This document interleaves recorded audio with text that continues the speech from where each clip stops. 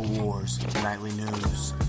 Today, June 28th, 2012. The red-linked headline at Infowars: Supreme Court rules in favor of Obamacare. The article by Kurt Nimmo. In a victory for the New Deal bastardization of the Constitution, the Supreme Court has ruled that the government can mandate at gunpoint that Americans buy monopolized healthcare insurance. The Supreme Court upheld the healthcare law today in a splintered, complex opinion that appears to give President Obama a major victory, reports USA Today.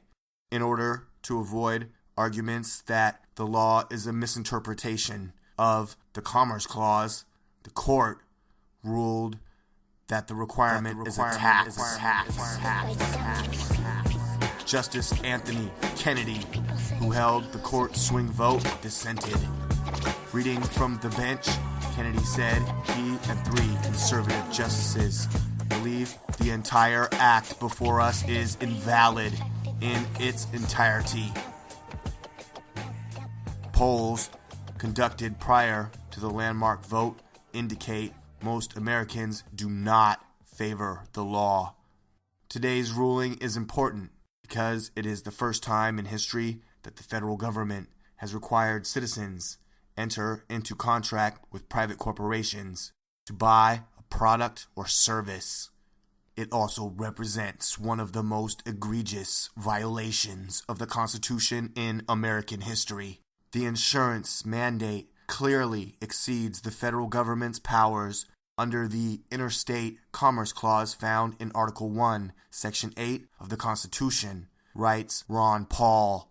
This is patently obvious. The power to regulate commerce cannot include the power to compel commerce. Those who claim otherwise simply ignore the plain meaning of the Constitution because they don't want to limit federal power in any way. Commerce Clause was intended simply to give Congress the power to regulate foreign trade and also to prevent states from imposing tariffs on interstate goods. In Federalist Paper number 22, Alexander Hamilton makes it clear the simple intent behind the clause is to prevent states from placing tolls or tariffs on goods as they pass through each state, a practice that had proven particularly destructive across the many principalities of the German Empire. Expect death panels to come back in a big way now that Obamacare is the law of the land. Now that there is no fear of political backlash, death panels will be sold as a measure to reduce medical costs, which will predictably skyrocket as costs do of anything government touches.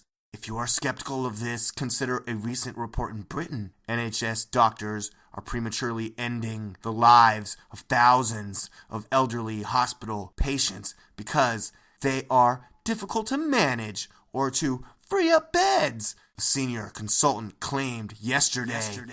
It is being sold as a death pathway. That is the equivalent of euthanasia of the elderly. Then there's a video. We can click into those videos later. There's 849 comments on Infowars.com/Supreme Court rules in favor of Obamacare. That is an overwhelming number of comments, my friend. 849. So this does not seem like something that the American people are, taking lightly or sitting down. I hope all of you are standing when you hear this news today. It's all part of the globalist plan and agenda to make Mitt Romney look like a piece of apple pie and smell like a rose. That is the intention, and trust me, this is meant to make Obama go down, sort of famous in the long run. It's not what's going to happen. I watched a video report about this topic today by a gentleman that I subscribe to on YouTube. That would be Eli Jones. He put out a renegade rant on this topic. I liked it, and now I'm going to share it with you. Check it out. It's Eli Jones, Renegade Rant. I'm DLAKE PREZ, the Infowars, the Nightly News. Alright, Eli Jones, Renegade Rant. I apologize for the delay in videos. I was out of town for a while, and now I've been playing catch-up, and now I'm back on with you here on YouTube. I had to do a rant today because the Supreme Court came out with their ruling on the Obamacare. I was honestly starting to hope and get excited that they were going to rule it unconstitutional, which it obviously is unconstitutional, but they didn't. They came out and said that the individual mandate was constitutional as a tax. And so what I want to cover here real quick in this rant is three things that we're going to learn from this. One, we need to look at the constitutional aspect of this.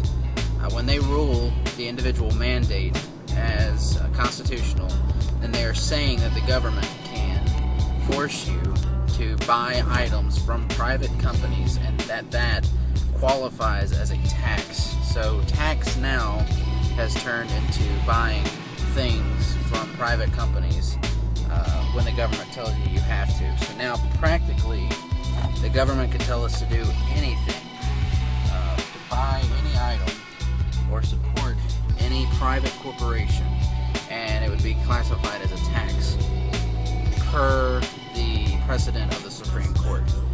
Two, we need to recognize that by the Supreme Court doing this, they're ignoring the Constitution and setting brand new precedents. You know, this is still, this is highly unconstitutional. Any lawyer, any constitutional lawyer or constitutional law professor can tell you that. The court saying that this is constitutional is kind of like saying a chicken is a monkey. It doesn't make it a monkey, it's still a chicken. The Constitution is very clear on these areas. Only a fascist government, where it's merged with corporations, would say that taxing you means that you buy private items from private companies, and that's a tax. That's called fascism, where corporations and governments merge. It's not even really socialism. And three, we need to recognize that this healthcare is going to cause havoc physically for the people of this nation. If you look at England, who has this healthcare, their healthcare system is horrid. It is despicable. People are dying because they have to wait years and years and years to get surgery because it's government-ran healthcare like we have here now. And they are required to wait, like for tumors that are operable, they have to wait years to get it operated on because of government bureaucracy, and they end up dying because they don't get the surgery. Also, euthanasia of elderly is through the roof in England with death panels. That will be coming now here to the United States. We need to recognize that this does not cover a lot of pre-existing conditions for children and for adults. So it really does absolutely nothing but creates a racket by the insurance companies to rip off the American people. So we are going to, right now it seems great. Everybody that's liberal and ooey gooey is saying that this is a great thing, but we need to recognize really what it's doing. So those are three quick things to look at. We need to return to the Constitution, ladies and gentlemen. We need to face this tyranny, this fascism, and we need to, we don't need to get all bent out of shape about it. We need to just address it. Getting angry is not going to fix it. Ignoring it's not going to fix it. Accepting it's not going to fix it. We just need to address it and bring this nation and those people in the upper echelons of government who are merging our nation with corporations and are promoting this eugenics agenda through socialized national health care. Need to hold them accountable. So let's push forward for freedom.